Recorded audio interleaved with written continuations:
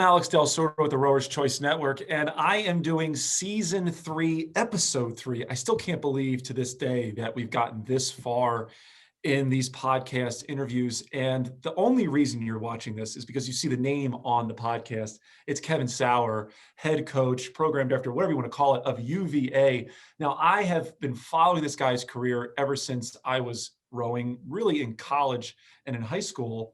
Senior year, because at that time UVA was one of the fastest programs. The attributes are, we're going to be talking about that this entire time. We're going to be getting into his background of coaching, his philosophy on coaching, and maybe some interesting stories along his way. Kevin, thank you for being here today, man. Thank you. My pleasure. Thank you. So Kevin, I'm gonna age you here. You've been doing this for 26 years, 27 years as the coach of UVA. Is that, yeah, you're shaking your head? Yes. Actually 33. Okay. So now I'm 35 years old. So you just aged yourself big time there. I know you started, I don't know when you started rowing, but you rowed for Purdue. Mm-hmm. Tell the audience, when did you pick up that oar the first time? Like, when did you start rowing? Yeah. So I went to Purdue to play football, actually. Got hurt. And somebody said, you should row. And so like late October of my freshman year, I picked up rowing, didn't know anything about it, and started rowing. And like, I hadn't done anything endurance wise, nothing, like football, baseball, that kind of stuff. So I, like, when they said, go for a run, I go, a run? Like, what are you talking about? How far a run you talking about? You know, and they're going like, oh, we're going for 5 miles. And I'm going like, I'm good for 5 yards. Okay. That's about it. Anyway. So I got started in rowing, and I started rowing at Purdue as a novice in that first year, like everybody else if they started in college, and then got picked up actually by the coach on our first long run of the winter, and felt so embarrassed. I sat next to him in the front seat and just kept looking over, going like, you know, like this, because I couldn't finish the run, so he had to pick me up. And I vowed then, I said, that'll never happen again. And I went from like the worst runner and just ran the rest of that spring and all summer. And I came back like the second fastest runner on the team, you know? So I just said like, that's not going to happen. So it just, I got a kind of a crazy start in it, but then just kind of got into it and loved it, and finished out my career at Purdue. I rowed in the Pan American Games team in 75, and then went back to Purdue to finish my senior year. And then I rowed in Philly in summer 77, and rowed in the World Championships in the pair with the floating leg press. Tried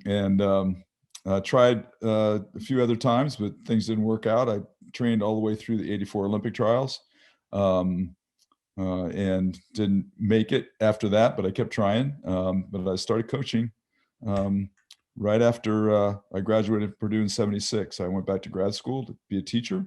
And novice women first year, novice men the second year of grad school, and then they asked me to be the head coach. And I go, okay, I was going to be a teacher, right? And they said, you'd be the head coach of Purdue. And I said, how much does that pay again? And they go, $4,000. And I go, oh, well, for sure then, you know. But I just supported my coaching habit. I said, I'll do it. And Buddy and I built some houses on the side. We did some different things, you know, hog barns, houses, things like that. I worked at a shoe store for a while, did all sorts of crazy stuff. I worked at a YMCA camp my last year there before I went to Yale, building cabins and fixing up stuff and stuff like that. Just all the different things I could do to support my family, my growing family at the time. And then I got a call and we beat Wisconsin in 81 and 82 at the Midwest Championships with no budget and an underpaid coach and all that kind of stuff, just working hard. And then Tony Johnson called and said, hey, you want to coach a freshman at Yale?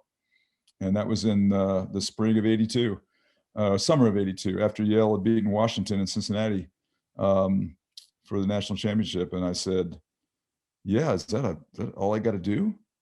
And he goes, yeah, it's all you got to do. It's a full-time job. Nothing on the side. Nope.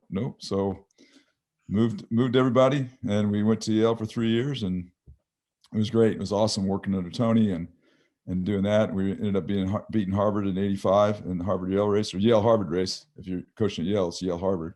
But then I was like, man, I don't know if I want to be an assistant coach.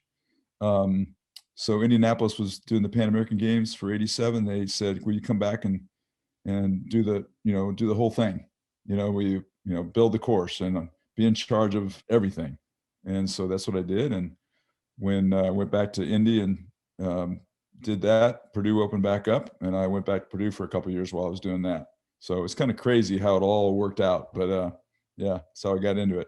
I have like a million questions that I was not predicting. So, okay. So first off, hilarious that you're playing football. I assume you say 5 yards. I mean, were you a lineman? Were you a tight end? Like what did you play? Outside linebacker. You were an outside linebacker. Yo, fierce outside linebacker. I love Forearm shivers, Alex. Forearm shivers, man. I love it. I played football up until freshman year of high school. I got injured. Same thing. I found rowing, but early, like when I was 14, not when I was 19, in college. This interesting thing where you got picked up by your coach driving. So who was the coach at the time? Like who was your head coach at that moment? So at that time, that freshman year, it was a guy named Steve Lawrence, who had rowed at Purdue as well and was helping out. There was lots of different coaches, club sport days. There's a lot of different hands helping out. That guy was the one that was driving, was picking me up. There was another guy named Kevin Thomas that actually taught me how to row. Don Langford, who used to be on the U.S. rowing board as a chief referee, he was coaching there at the time as well. Just crazy kind of connections. My coach at Purdue, my last couple of years was John Bodine, who is a great coach as well. Yeah. You know him, yeah. And so yeah, there's a lot of connections there. But yeah, I got picked up. I think it was by Steve Lawrence, actually. Yeah. So fast forward, so I was born and raised in South Jersey. Philadelphia was my backyard. You're hanging out, long hair, mustache, 77 in South Philly. I cannot imagine the people that you hung out with then. I mean, that's a big era in rowing in the 1970s, like in the late 70s of rowing. You said you did the Pan Am in 75, moved to Philly. Who were some of the guys that you rowed with in 77, 78 down in Philly? Man. Well, Mike Tatey. He was in the pair with Daryl Rigdenhill, who was a kick-ass cyclist at the time. Yep. Yeah, Daryl was unbelievable, a cyclist. Whoops. So those guys were in the straight pair. We had been we were training in a straight four out of Vesper originally, and that boat was flying. And we had this guy named Kirk Howard. We called him Captain Kirk. And so he was my pair partner. And then Fred Crumlish was the coxswain. It was a coxswain at Rutgers. But we also had a couple other guys that were in the straight four with us. And one of the guys, we were working construction during the day. Dave Crumpetich was another big guy at the time, anyway, we were working construction at the time. And one of the guys fell in a hole and broke his leg. So our straight four went south, and I think we would have won the trials and gone to the worlds in the straight four, but then it was like, now what? And so Tatey and Rigdenhill already won the trials in the pair, so there wasn't a whole lot of choices. So hopped in the pair with and won the trials, so it's kind of crazy time, but just like a lot of great guys, that were rowing out of Vesper at the time. And there's a litany, I remember, John B. Kelly, back in the day, is older at that point, but he was kind of the sponsor of Vesper and, was really kind of keeping it afloat during some tough times and stuff like that. Crazy. 76 to 84. I love rowing 76 to 84, especially in Philadelphia. I mean, you were not a rower unless you were in Philly. DC had some speed, but it was like Vesper Boathouse Row.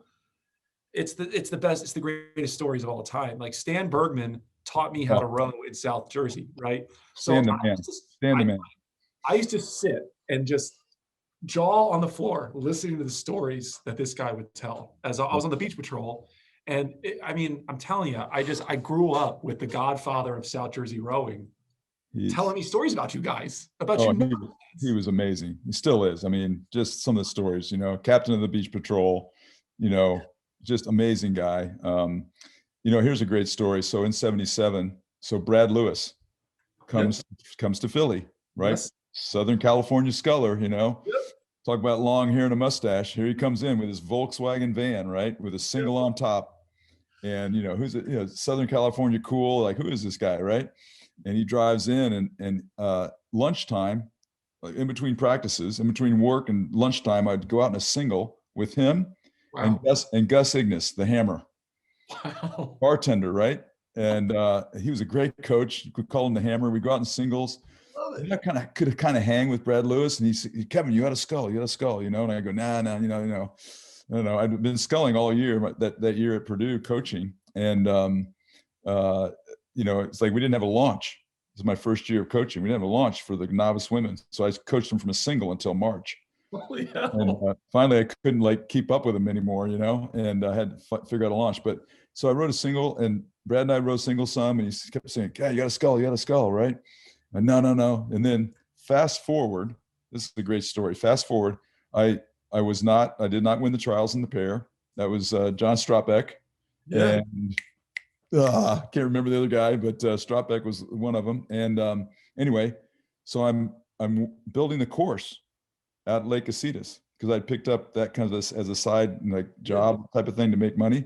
So I was helping building the course at Lake Casitas. So I was on the water on the Olympic final of the men's double, and Brad Lewis and Paul Inquist win, right? In that fog, if you look at that, it's an unbelievable race. Out in lane 6, they win, right? So then they win the race, unbelievable race. I'm on the water in a repair boat.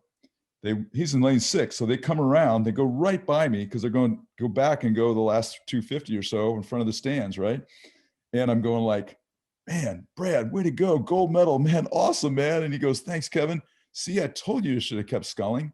I'm like, oh man. There's stories after story after story, Alex. I don't like that. It's these are the things that what I appreciate about these podcasts and these interviews is that this is a side of you that I never knew, that I don't think a lot of people knew about you, right? They just see you coach UVA. All right, so you did the pair with. That is the only boat in the world I have never rowed in. How horrible is that boat? You didn't miss anything, man. It's so heavy. It's so heavy. That's why you call it the floating lake press. It's it was really heavy. Should we bring it back? Should the men's IRA final have a pair with? I mean, why not, right? Why not? Do you remember? I don't know if you remember, but when Vic Michelson have you heard stories about this? Was the coach at Brown, the first coach at Brown? They had like 6 or 8 pair withs. And that's what he used for seat racing. I don't know where he got all the coxswains, all right? But so they'd go out in 6 or 8 pair widths, so he didn't have to worry about steering on the Seaconk, and they would go at each other and switch people. So yeah, pair width, crazy. I got really sick. 77. Yeah. Was it an Empacher or a Pocock that you were rowing for a pair width?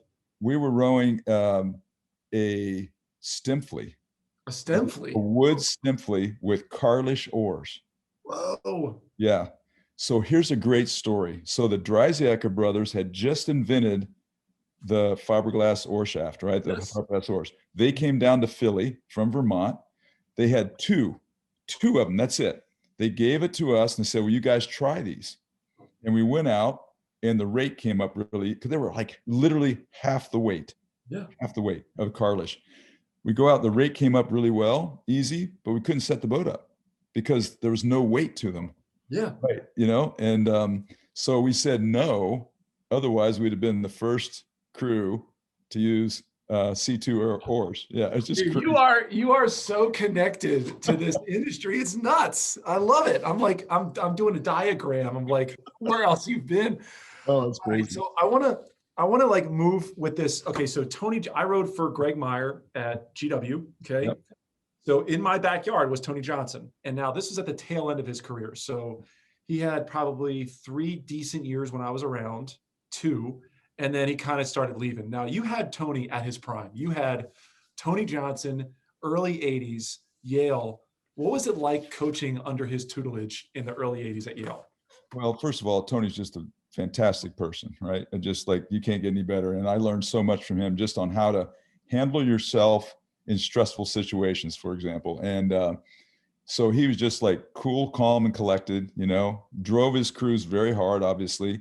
But he just was the epitome of just gentlemanless, I guess you would say. He's just a gentleman and treated everybody with respect. And he didn't push them, right? He pushed them hard and he challenged them hard. But I learned so much from him on how to handle myself as a coach with people. And my 3 years there were valuable. We used to talk all the time, because he came to Georgetown the year after I came to Virginia. And so it would have been 80, it would have been 89, 90, he came to Georgetown. And so we were pretty close then. His daughter, Amy, rode for me. And so it was really, really cool to have that relationship. And so when I came to Yale, my first year, my son turned 1, and his kids were a little older than my son and daughter. And so they invited us over for like, hey, come over to our house for a first birthday party for my son, Nick. Yeah, it was just that kind of stuff, and, they made a cake, and that's the epitome of the Johnson family, Tony and Beth, and they made this cake, and we were holding my son back, and then we sang happy birthday and we let him go and he face planted in the chocolate cake, I mean, I'll always remember that. And they were just a great family. And I'll always remember him actually, taking a chance on, a hayseed from Indiana to come to Yale to coach. He took a chance on me. And he coached me in 75 at the national team camp. So I'd gone to Yale for 3 weeks before we went to Dartmouth for the national team camp. Yeah. And so he was a big part of that. And here's a side story that you'll appreciate. Rosenberg was the head coach, right?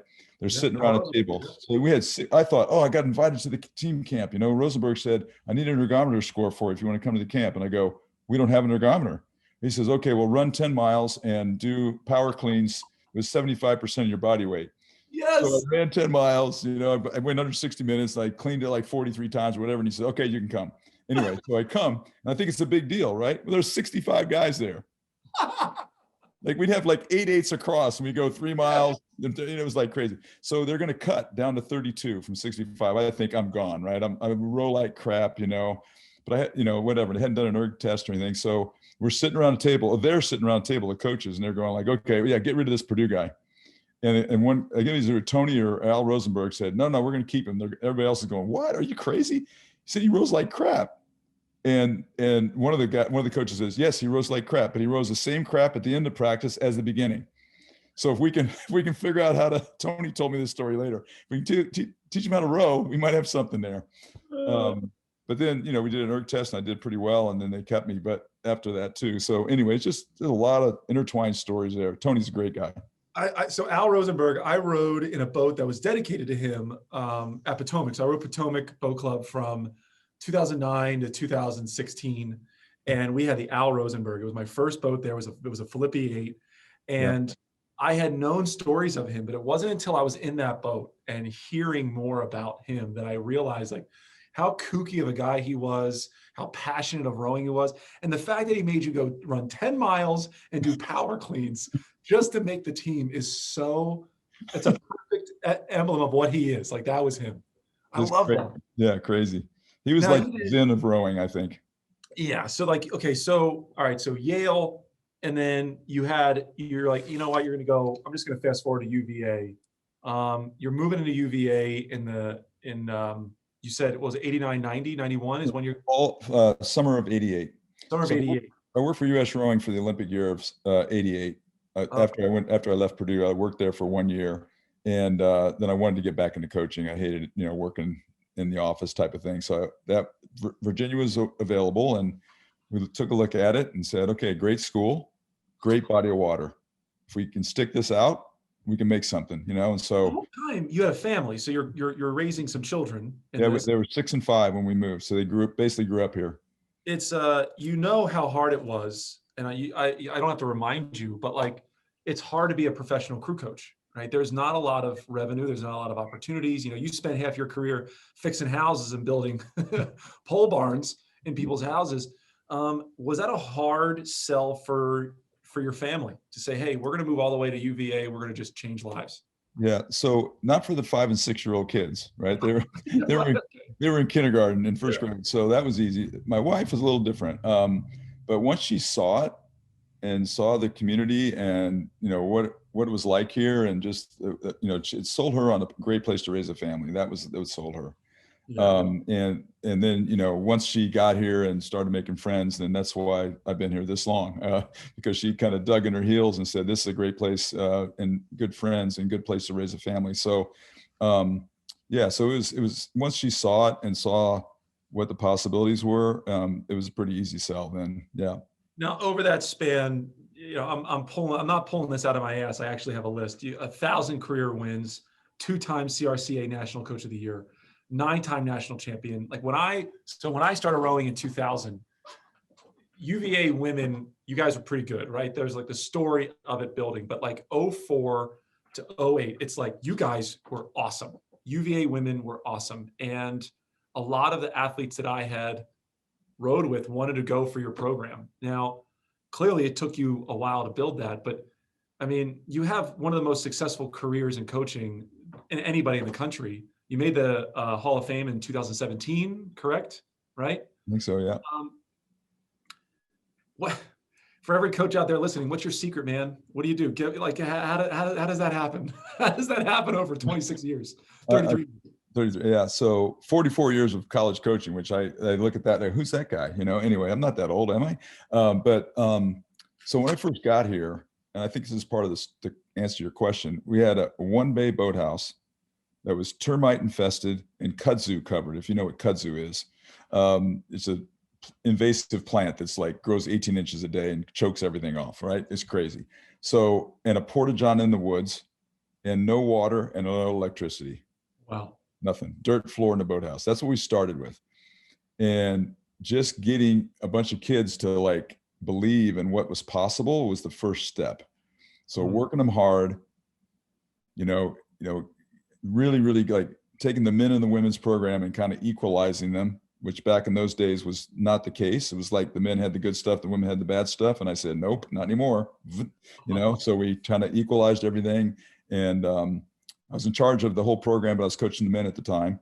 And then, like just getting them excited about stuff, little things like putting asphalt in the boathouse floor, getting electricity and water, so you didn't have to take the Cox boxes home at night and a 10-gallon jug and put it in a tree stand, things like that. Just, working the magic to try to get that stuff happen. And then say, okay, yeah, we're going to sell some old equipment, get a loan and get some new stuff and some used stuff, and so everybody's got some decent stuff, and rebuild the dock, Mark Schofer, for example, who's the boatman at Brown that passed away a couple of years ago. Yeah. He was there, right? He was awesome. He helped me so much.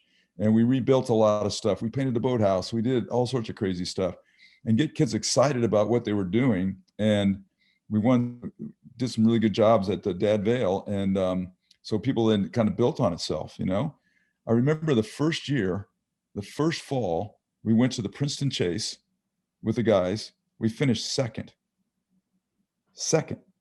Right. People are going like, what the heck's going on? Then the kids are going like, whoa, like this is for real. We can do this. And I think it was just one of those things where they just needed somebody to believe in them and to believe that hard work made a difference. And it just kind of started working on itself. And so then we kind of went along, and then there was a guy that came into town that moved here that I'd met in the summer, and he says, "It's a good place to retire." And I go, "Absolutely. If you want to row as single, yeah." So this guy comes in, Tom Allen, and he rowed at Penn, graduated from Penn in 58. And he comes in and, like we're going along, like I coach him in the single a little bit. We're hanging the boats on racks outside. The next day he comes up to me and hands me a check for $100,000. Come on. And he goes, I could give this to Penn and it would be like, they'd really love me for it. Or I could give it to you and you could make something happen. And so I go, okay. And then Joel Furtek was my assistant at the time. And he put this little VHS in those days with this like CAD stuff, like what a new boathouse would look like. We raised $75,000 in 3 weeks, and we built a pole barn and got some bathrooms and did all this stuff, and 5-bay pole barn. We did it all for $175. Driveway, parking lot, path down to the water. Then people got really excited. Tom's gift just set us apart. And then university, Title IX started really rearing its head again. University said, well, we got to do something. Well, rowing's convenient, already has a team, already has a boathouse, already has water. So they started talking to me about it. And the next thing I knew, we were a varsity sport in the fall of 95. And then we like took off. And So, so we hit the track running, you know, we had a good club program. And then we kind of hit the timing of it was good. So we had some success that first year of varsity status. And then the first NCAA championship, we were fourth.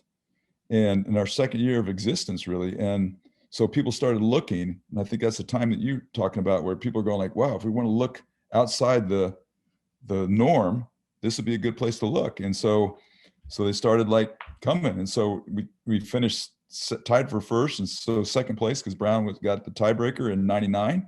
We finished another couple times, we finished second, and finally we were able to pull off the win in 2010. So yeah, I wrote down a list, and this is what I'm going to convey to all the young coaches out there. You make the athletes believe, you equalize the team in the sport, you get them excited, you get some good equipment to help them. It snowballs, victories breed success, and you build the momentum.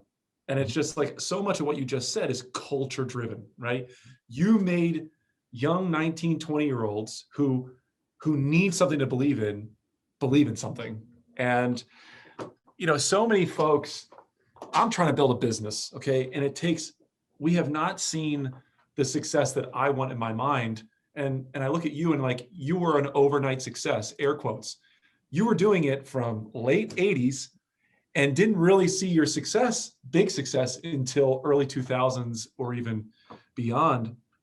So coaches need to realize and remember that it takes time, you know, but in that time, you coached 19 world championship athletes. You coached, 8, 9 Olympians in that time. And all of that, it sounds like you built the culture. I mean, is that a fair, simplified version of saying you built a culture? Yeah, I don't know if I built the culture. I didn't have an idea of what that meant. I just like went to work every day. Like, this is what we're going to do.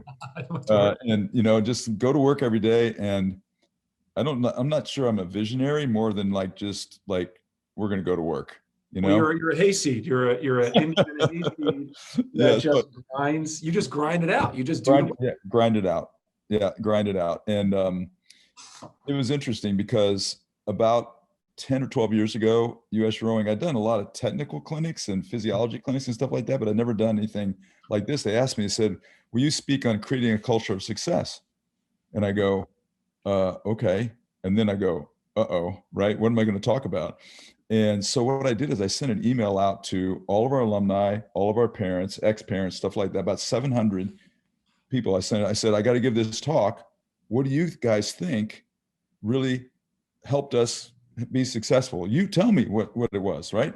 I didn't have like our basketball coach here, Tony Bennett, has his 5 pillars, you know, and this kind of stuff. I didn't have it listed. I didn't have it on the wall of the boathouse. I didn't have any list, right? I just went to work. And so I got this feedback, and so I have these 10 things that they thought were the most important. And I give talks about that to our graduate school of business and, you know, that kind of stuff, you know, a couple of times a year. But it's like the number one thing was care. You care about the people you're in charge of, right? You really care. You work hard. You have passion. You have balance. You have fun. You have, you know, you're humble about what you have, you know, and you know, the Jack Clark quote from the Cal rugby coach is entitled to nothing, grateful for everything, you know? And so you're not entitled to anything, but what you do have, you've worked for it really hard and you're grateful for it. And so we try to just embed that in the team and what we're doing. And what you said before, Alex, is really important. You said, like, back in the day, you got 19 to 20-year-olds to believe in something that was valuable. It's still the same. Still the same. Still the same today. That's exactly what these kids need. They need something to sink their teeth into that's substantive. And that's what matters. So I was also thinking, and this is really to help coaches, is you grew up and were coaching in an era with some of the best coaches to ever be in our sport. Yeah. Look, Mike Tatey, I mean, you row with a guy. Brad Allen Lewis, amazing rower. He was also a great coach, right? Yeah. So in your time at UVA, did you ever call on those guys and say, hey, I need some help? Did you lean on your friendships and your relationships to help grow UVA? Oh, sure. You know, different people. So Tony Johnson was a big person of that. We would just call each other probably back in the day once every couple of weeks about that kind of stuff. I've talked to Tom Terhar, a few times, talked, just like in person to Mike Tatey, people like that. But the situation here was so unique, Alex, that it was like, there wasn't a cookbook for it. It was like, you just got to figure stuff out as you go a lot of times. And so a lot of that was not necessarily rowing coaches, more than just people that I knew that had built things, like for example, when you build a house, that I'd done several times, or a boathouse or whatever you build. I built like several boathouses in my career. It's like the foundation is so important, and the foundation is hard work, great attitudes, and you can go from there. And so, yes, a lot of coaches, Al Rosenberg was somebody that I called on for sure. And there's just but Tony Johnson, I would say, was probably the main person that I leaned on, because he was the guy that brought me to Yale, and I really opened my eyes to what was possible for me as a coach. And so I always kind of went back to him and asked advice. Then I would also ask advice of the people that I was kind of peers with, like Andy Teitelbaum, for example. Like we kind of started this thing together as Varsity Sports, and Mark Rothstein, and to kind of help each other and things like that. So there's a lot of people like that too, that over the years that were in the trenches at the same time, kind of at the same level, that we kind of leaned on and try to help each other. That's beautiful. I love the building the house thing, the foundation. It's today's youth. I say youth, I'm 35, but I think that I see a lot of young people think that it just happens. It happens like, oh, I should win the first year. I should be successful the first year. And I know that, like, I know that you've met people like that. Yeah. I want to change topics, because like we have a time commitment for this, so we try to keep things fairly close to 45 minutes. But you've been coaching women 30 plus years. You've been coaching crew 40 plus years. Mm-hmm. Rowing has the culture around rowing, the culture of America has changed dramatically. Oh, yeah. Are you optimistic about the future of rowing with us? Are you optimistic about where we're heading with equality and diversity in the sport? Or do you think that we're stuck in the mud right now? I'm hopeful. Okay. The one thing somebody was asking me the other day, so as long as I've been doing this, has there been a change in America's youth, so to speak? Mm-hmm. Yes, there has. Yes. Okay. There has. The coping skills are not great. They're not great. The ability to cope in tough situations is not great. So I take very seriously my job to empower young women to be able to cope, to take on challenges that then will empower them to take on the world when they get out of here. And so that's a big part of the job, I think. The diversity component is something that needs a lot of help. So for me, from this summer and all the things that happened, I have a fairly diverse team. I have 4 people of color on my team, and for this sport, that's a pretty good percentage. But I want more. I want more diversity, and so some of my alumni were challenging me this summer. Said, Kevin, we need more diversity on our team, the alums, and I said, good, yes, we do. Help me. How do we help you? Give me more options.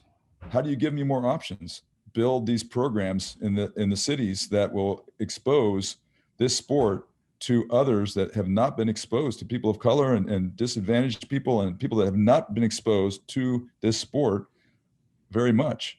And a woman that I know fairly well, Amanda Krause, who's now the CEO of U.S. Rowing, look what she did with Row New York. Oh. Holy moly, incredible. Those kind of things can happen. And when we do that, then we give coaches like myself, out there, that we give more choices for us to recruit people that will allow our teams to become more diverse. And that's really, really important, because there's a lot of people out there that can do really, really well. The kids in our team, of color are fantastic, rowers. They're doing really, really well. And I'm really happy for them, and happy for the experience for the other kids in our team to see that and experience that and see what they've done, and to encourage them to keep pushing this initiative about creating opportunities so that we have more choices and they have more choices. I love the choices thing. That's clever. It's another way to look at it. There was a time when I started coaching was 2009. Dan Garbett. I think you know the guy. I think you know who Yeah. Dan Garbett is. So I rode with him on the lifeguard beach patrol, and I called him up and I said, Dan, I'm about to coach girls, high school girls. Can you give me some ideas on what to do? And he says, don't treat them like high school girls. Treat them like athletes. Treat them like tough athletes. Don't coach them like you think they need to be coached. Coach them like you would coach boys. It's all about equality, right? Mhm. Then I meet Mike Wallen. He's part of the commish. He's in our PRL. We've talked about this earlier before camera. And I said, hey, what's your secret sauce? And he says, I treat them like a bunch of dudes. I treat them like they're equals. Like I'm training them hard. I don't sugarcoat things, and we have a good collaboration. You remind me of that. You remind me of, you're going to coach these athletes like they're athletes. Forget about their girls, their boys. It's equal. And the same thing goes for diversity in the sport. We treat everybody equal. Yep. And you're going to have more choices. You're going to have better students, better athletes, and it perpetuates. And it was the best advice I had ever gotten in coaching. Coach them like you would coach anybody. Don't be different.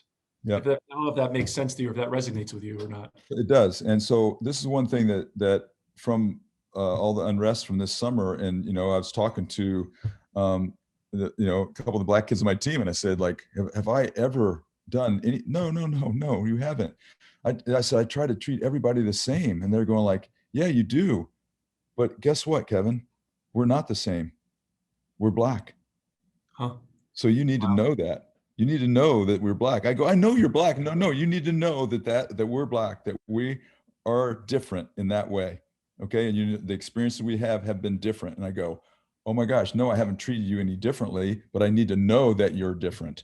Wow. And you experience different things. And it really opened my eyes, And another thing about that, how you coach people, when I first started coaching women, the women that I started coaching that had been club athletes, that the last year of club status, I switched over to women here at Virginia in anticipation to be in varsity sport the next year. So I was coaching them for about a month, because they'd see me coaching the guys. They were seniors, and they'd come up to me and they go, hey, Kevin, can we talk to you? Yeah.